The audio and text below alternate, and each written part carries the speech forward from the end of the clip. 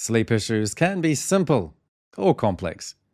Sometimes you simply need to make some behavioral adjustments to things like your sleep hygiene and you can sleep better. Yet complexity arises when sleep issues can simply be a symptom or indicative of other issues as well. And the trick is, if you're getting bad sleep at night, it's probably making worse all of the other issues you have to face during the day, which makes it harder to sleep well again at night. We're more prone to irritability that becomes anger, or anxiety that becomes depression, which can lead to damaging behaviors. Mentally, we can overthink, but if we're exhausted, we don't think clearly and so make poor decisions. All this means it seems our mind is working against us. But if we can overturn that vicious cycle, then better sleep makes many other issues in waking life better as well. In this video, we'll look at sleep issues, particularly for people who are looking for hypnotherapy sessions or for healers who are looking to help their own clients by getting extra training or certification to become a specialist in sleep. So hypnotherapy helps sleep by addressing the direct and indirect issues around sleep. Direct issues include difficulty going to sleep, difficulty staying asleep, so you wake up too early and are not able to go back to sleep, or you wake up often during the night. It includes sleeping but waking up in the morning not feeling refreshed, so you're constantly tired in the day. Excess thinking at night when you should be sleeping, or excess emotions when you're feeling too much, anxiety or fear instead of sleeping, or even while sleeping, so you have nightmares or reoccurring stress dreams. Indirect issues recognizes that your sleep issues may be side effects of other issues. And this happens when two sleep tricks play out. So sleep trick 1 is we try to sedate ourselves with alcohol, food, substances, or media. We binge eat or we binge watch to go into some sort of coma.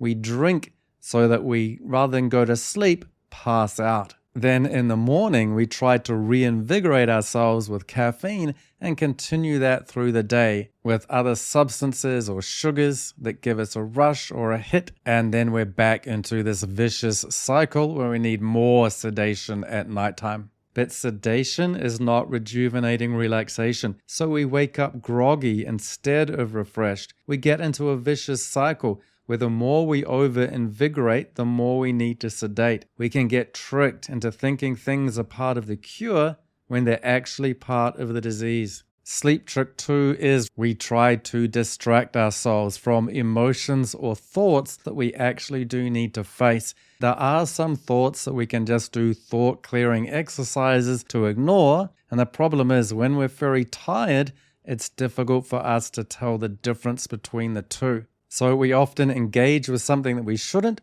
or engage with it unskillfully. At night, we mentally replay the past or rehearse the future. But the trick is we are better to be present with sleep and awake refreshed, to be present and refreshed when the time actually comes. We can still work hard and productively, just not to the point that it becomes counterproductive. There's a phrase, let me sleep on it, which means really sleep. We don't say, let me have a sleepless night on it, and then I'll give you my best decision. Or we distract ourselves from things we should not distract ourselves from. We end up repressing them at night and never dealing with them when we're in a more resourceful state during the day. So they take the only chance they can get and come to us when we're less guarded at night. We learn that we've got suppressed anger, fear, or anxiety, stresses from finances, professional obligations, personal relationships, sadness, regret, or buried emotions and traumas that are there subconsciously.